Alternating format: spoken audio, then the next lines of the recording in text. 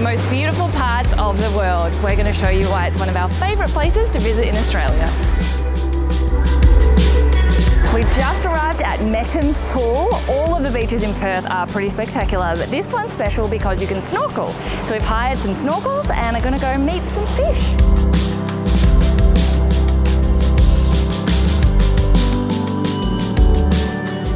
We've moved on to City Beach, which you might have guessed is close to the city, but it still has Perth's signature golden sand and turquoise blue waters. Can't wait to get in. We're just checking in at the Melbourne Hotel, which is so centrally located and pretty much close to everything here. It is a heritage listed building that this year is 126 years old. It is so beautifully designed. This is our beautiful home for the next few days. It's one of their raw heritage rooms and is such a perfect blend between the old and the new.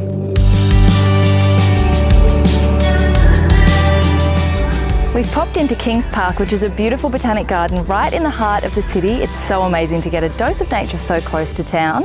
Apparently there are some amazing views of both the CBD and the water out there, so we're heading up the DNA Tower lookout to get some of the best views.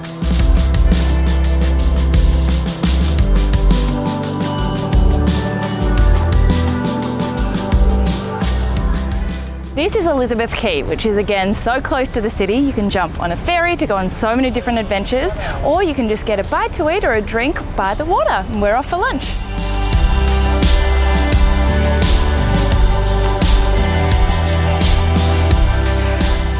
I've been having such a lovely walk around the Perth CBD. It is such a beautiful city and there's so much going on. I'm going to keep wandering around and might even shop up a storm.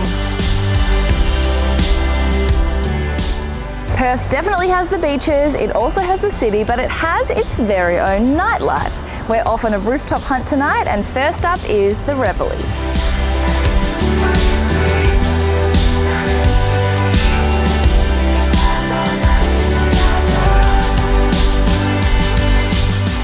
We just got off the ferry for a little day trip to Rottnest Island. Western Australia has some of the best beaches in the world, but Rottnest Island is something else. We've hired some bikes and are going to go for a little tour around the island, wave to a quokka, maybe go for a swim in these turquoise blue waters and see what else is on offer.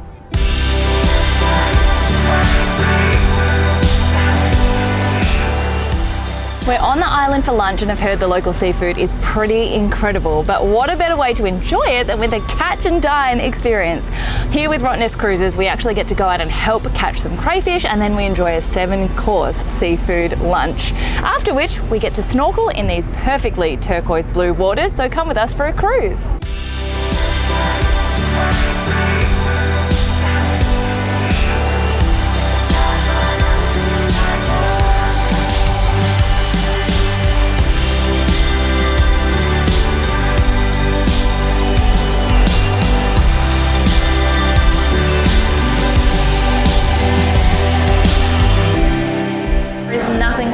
Sunset in the west, and we're enjoying this one over dinner tonight. We've got a tip from the locals that Indigo Oscar was the place to be, so we're giving it a try.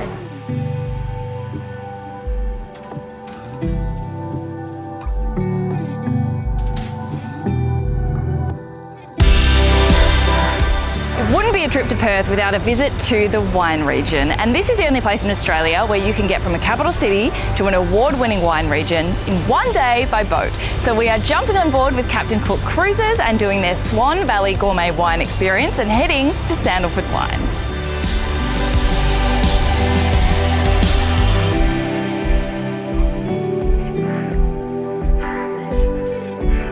We've just finished a beautiful cruise following the city skyline all the way up to the upper regions of the Swan Valley. It was glorious. Now we're about to head off for another wine tasting and a table grazing lunch here at Sandalwood Estate, which is the second oldest winery in the whole of Australia.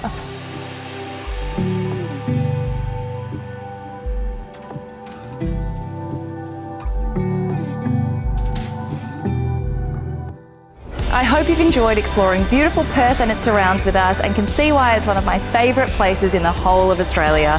As you can see, there is so much to do and see. I hope you get to experience that when you come out west yourself.